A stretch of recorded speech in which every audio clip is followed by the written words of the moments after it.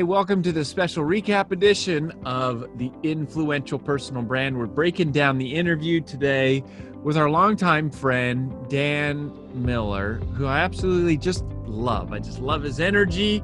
Him and Joanne are awesome, and we met them on a cruise a few years ago and have just been friends. So we got your top 3 takeaways from AJ and from me. So get us going, babe.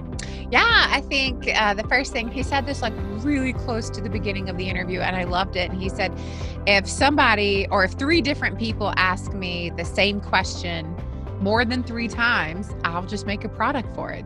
I think the whole concept of what should I make a product about or where do I find content is really simply answered when you just figure out what do people already come to you for.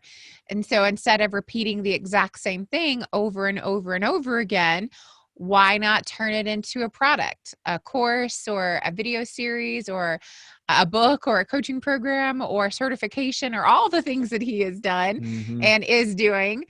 Really, he said most of that comes from just, if I get asked the same question more than 3 times, then I really consider turning that into a product. Yep. I love that. I was one of my takeaways too, is just, the power of listening to your audience. And I think one of the techniques or strategies that you can use is to ask your audience. So in his case, he's just listening. But the other thing you can do, like if you need content ideas or you need product ideas, or if you need copy for like your sales pages, send a survey to your audience, ask them some questions about what they want and what they're struggling with, and then take their words that they write back to you and use some of their language in actually marketing what you're doing and create a product for them. So that was one of my takeaways too. I just love that. It's such a simple, practical, actionable thing that any of us can do, right away. So that was good. So what was your second one? My second one was this concept of not doing the new and trendy thing that everyone is doing. And he said, and I'll try to recap it here. He said, but I resist the temptation to do every single new and trendy thing that is out there. And he said, could I be missing out on lots of money? Maybe. Do I care? Not really.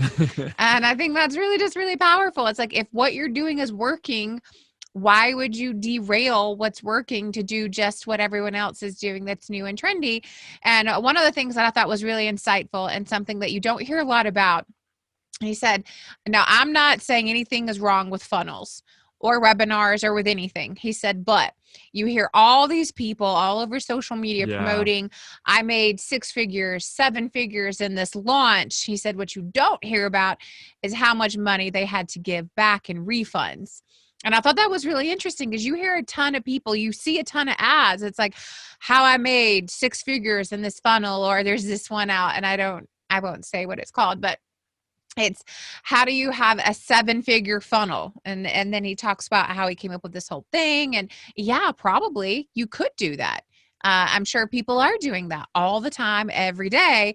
And Dan said, but what you don't hear about is how much of that they're actually giving back in refunds because of buyer's remorse, or they didn't get what they thought it was, or it was a little bit misleading, or a little bit of a bait and switch. And I'm not saying everyone is, but I do think there's some accuracy in the fact that you hear a lot of the revenue promoted and not a lot of the back end of, well, was it even profitable? And how much did you actually give back in refunds? And I thought that was just very insightful. Yeah. I mean, you got the refunds. You also have affiliate fees and, Facebook ads and paying your graphic designer. And, at the end of the day, it's like how much you really keep in, which is, but I think his thing, and to your point, is more about the reputation and like the I loved what he said. He said, I'm way more about building a consistent audience than having huge infusions of cash.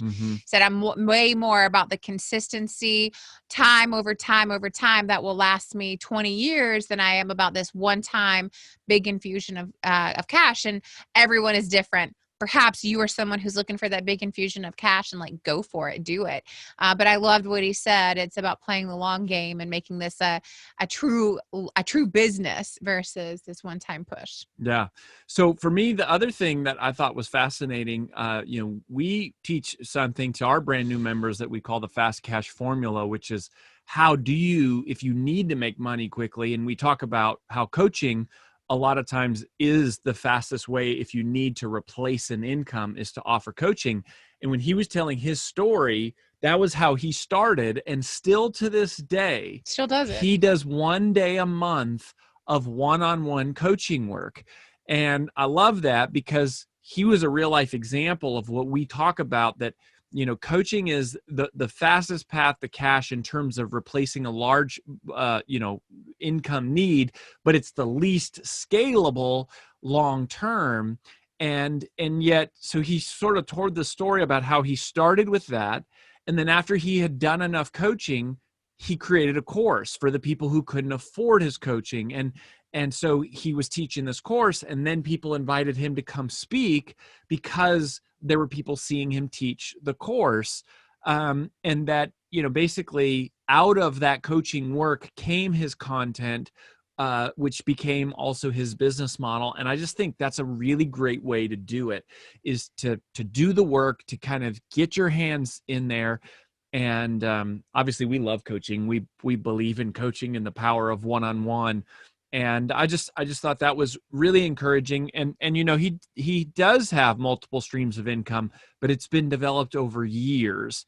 And it really started from one great body of work, that he flushed out with coaching in real life scenarios, then applied it to a course, then applied it to live events. Yep. And speaking. So I thought that was just a great example of that. Yeah, just a great evolution of content. Yeah, evolution. That's a great word for it. And I think that's somewhat similar to my third and final point, which is which I thought is very indicative of what you hear a lot, but yet there's this mystery around it. He said, "But I don't count on any income from my books." Mm-hmm. And, and his book is super successful and has been out there. Just did a 20-year edition, right? 20th year. 20th or 25th. Yeah, but a long time, right? And he said, but here's what I have found. He said, it's not the book itself that makes all the income. It's the actual content within the book. So the book is the calling card. It's the credibility source. And not to say that you won't make income. He just doesn't count on that in his forecast or his budget. But it's the content of that book that he then takes that and turns it into all these different curriculums. It's a coaching curriculum. It's a certification curriculum. It's a course. It's a video series. It's a live event. It's all these different things that are all circulated around the content of the book. And the book is at the center, but probably isn't what's bringing in the most income for him. However, from that, there is just this entire huge circle of all these things that are moving to make this very successful, very healthy business, even though most of the income is not from the center of it, which is the book. It's from all these other ancillary income streams that have become his primary revenue. Mm-hmm. Yeah, that's good perspective on the book. For me, my third takeaway, which he talked a little bit about, but it's more of what we know about him and Joanne behind the scenes. And I don't know that he said this directly, but every time I'm with Dan and Joanne, it always occurs to me how they build their life, or they build work around their life. They don't build their life around their work. And so it's one of the great possibilities of a personal brand is to be able to like fit work in and around your life. And it's hard to do because when you're an entrepreneur, especially early on, it's like a lot of times, work kind of is life, but you want to get out of that, and you can get out of that. And well, I think that goes to a lot of what he talked about, where he resists the temptation to do all of the new and trendy things because, well, for what reason? It's like, are you living to work or are you working to live?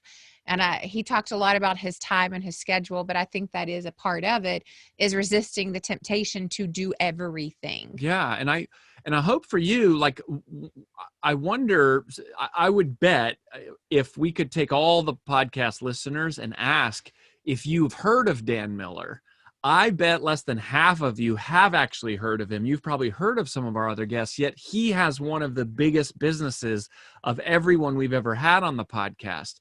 And his example speaks to the power of steady consistency and just trust and playing the long game and plodding along. He's the tortoise. He's the tortoise. Man, that's such a great metaphor. And we mean that. Well, it was his. He said that. Oh, did he actually say that? He said, I'm the tortoise. Yeah, and that is, and we say that in the most honoring way. Well, he said it. He said so we it. can say it. But even to that extent, it doesn't mean you have to be slow. It's the idea of consistency. Yeah, it's not slow. It's you don't have to consistent. be the person with 1 million followers and these huge extravagant launches and giving away cars and like, you can do those things but you don't have to be that person in order to be successful. Like, you can just do the right thing for a really long time and it will work out. Like, you can't fail if you just pour back into people's lives. So I'm as encouraged by that. Yeah, well, I think just in general, there are a million different ways to build your personal brand. And Dan gives a one really great perspective of how to do it. And there are many other different perspectives that you will hear from other guests. But to what Rory is saying, it's like, it's all about, and what we talk about a lot, it's playing the long game. And Dan is a great example of the long game. Yeah, so there you have it. So hopefully you're playing the long game and you'll keep coming back here. We're going to keep working to provide amazing guests for you and hopefully useful insights. We're so glad that you're here. We'll catch you next time on The Influential Personal Brand.